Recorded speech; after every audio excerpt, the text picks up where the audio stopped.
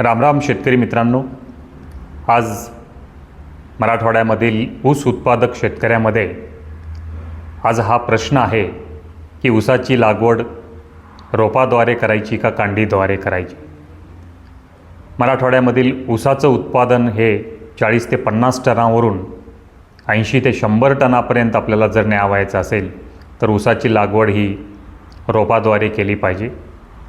पारंपरिक पद्धतीमध्ये अपेक्षित ऊसांची संख्या आणि अपेक्षित ऊसांचं वजन हे मिळत नसल्यामुळे टनेज कमी मिळतं. परंतु रोप लागवडीमध्ये सर्वसाधारण आपण 1 एकर क्षेत्राला 5,000 ते 6,000 रोपं वापरत असतो आणि प्रत्येक रोपापासून किंवा प्रत्येक डोळ्यापासून 7 ते 8 फुटवे जर मिळाले तर या ठिकाणी 40 ते 42,000 फुटवे मिळतात आणि ऊसाची संख्या मिळते. त्याबरोबरच यामध्ये जेठा कोंब जर तोडला तर सर्व फुटव्यांची वाढ एकसारखी होते आणि पुढच्या काळामध्ये अन्नद्रव्याच्या व्यवस्थापनाद्वारे आपल्याला प्रत्येक ऊसाचं वजन 1.5 ते 2 किलो किंवा 2 किलोपेक्षाही जास्त मिळवता येतं. या कारणामुळे या पद्धतीमध्ये जवळपास 80 ते 100 टन उत्पन्न आपल्याला मिळवता येतं. रोपद्वारे ऊसाची लागवड या पद्धतीमध्ये जर त्याचे फायदे पाहिले, रोपांची लागवड ही 1.5 फुटावर किंवा 2 फुटावर केली जात असते. प्रत्येक रोपाला हवा, सूर्यप्रकाश, अन्न आणि पाणी हे जे 4 घटक वाढीसाठी लागत असतात हे मुबलक प्रमाणात मिळतात. या घटकासाठी या पद्धतीमध्ये स्पर्धा होत नाही आणि त्यामुळे रोपांची वाढ आणि फुटव्यांची वाढ आपल्याला या पद्धतीमध्ये अतिशय चांगल्या प्रकारे दिसून येते.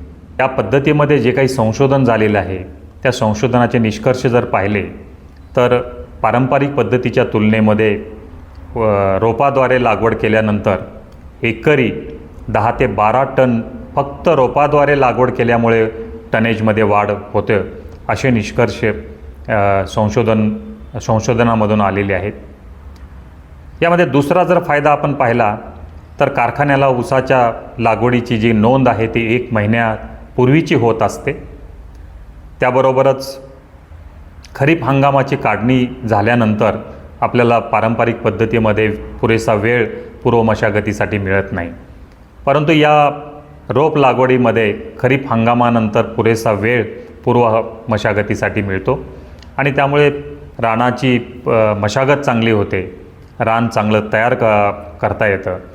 यानंतर आपण नर्सरीमध्ये किंवा रोपवाटिकेमध्ये रोप तयार करत असताना जी काळजी घ्यावयाची आहे त्याबाबत चर्चा करूया. मित्रांनो, रोपवाटिकेमध्ये ऊसाची रोपं तयार करत असताना जेवढं नर्सरीला महत्त्व प्राप्त झालेलं आहे तेवढंच महत्त्व बेनेमळ्यालासुद्धा प्राप्त झालेलं आहे.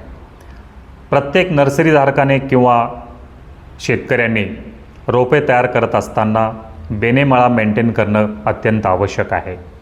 या बेनेमळ्यामध्ये ज्या जातीची आपण लागवड करणार आहोत त्या जातीची प्युरिटी यामध्ये 100% मेंटेन केली जाते. बेनेमळ्याचा जर विचार केला तर शेतकऱ्यांच्या गरजेनुसार तो 86-032 किंवा 15-012 किंवा 10,001चा बेनेमळा मेंटेन करणं आवश्यक आहे. त्याबरोबरच रोपं तयार करण्यासाठी जे काही आपण ऊस वापरणार आहोत तो 8 ते 10 महिन्याचा बेनेमळ्यामधलाच ऊस वापरावा. आणि नर्सरीमध्ये जी काळजी घ्यावयाची आहे त्यामध्ये पहिली बाब, रोपं तयार करत असताना जे प्लास्टिक ट्रे वापरणार आहोत ते 42 कपाचे किंवा 60 ते 70 कपाचेच वापरावेत. त्याबरोबरच कोकोपीटचा वापर करत असताना तो स्टरिलाइज्ड कोकोपीटचाच वापर करावा, जेणेकरून रोगाचा प्रसारही या नर्सरीमध्ये होणार नाही. त्याबरोबर जे आपण डोळे काढणार आहोत ऊसामध्ये ते मशीनच्या मदतीने काढावेत. डाव्या साईडला 2 सेंटीमीटर आणि उजव्या साईडला 2 सेंटीमीटरचा ऊस ठेवूनच हा डोळा मशीनच्या मदतीने काढावा आणि असे डोळे आपण कोकोपीटच्या माध्यमातून या प्लास्टिक ट्रेमध्ये वाढवत असतो. यानंतर रोपवाटिकेमध्ये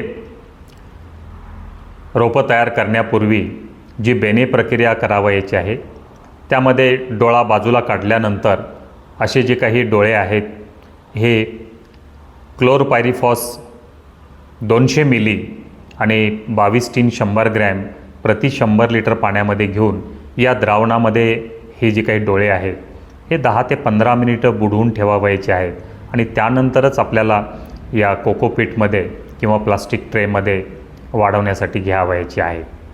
यानंतर आपण किती वयाची रोपं लागवडीसाठी वापरली पाहिजेत याविषयी चर्चा करू. सर्वसाधारणपणे नर्सरीमध्ये किंवा रोपवाटिकेमध्ये 30 ते 35 दिवसाचं जे काही रोप आहे हे लागवडीसाठी तयार होत असतं.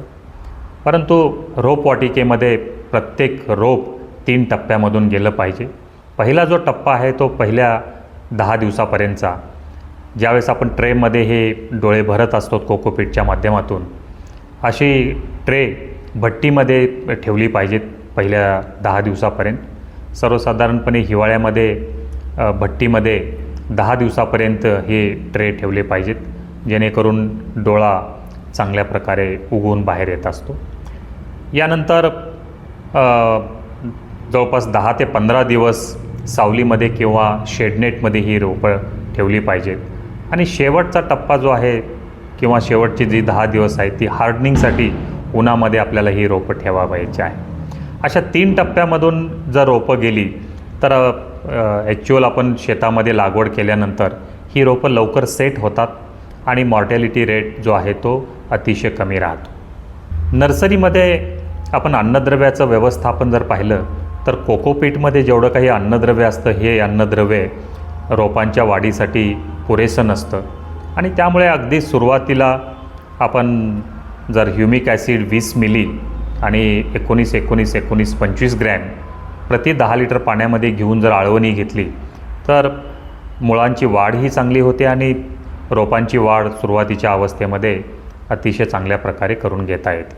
आणि शेवटची आळवणी जी आहे ती वसंतराव नाईक मराठवाडा कृषी विद्यापीठाने तयार केलेलं बायोमिक्स जे आहे हे 200 ग्रॅम प्रति 10 लिटर पाण्यामध्ये घेऊन जर आळवणी घेतली तर रोपांची वाढही चांगली होते आणि रोपांची वाढ निरोगी होण्यास मदत होते.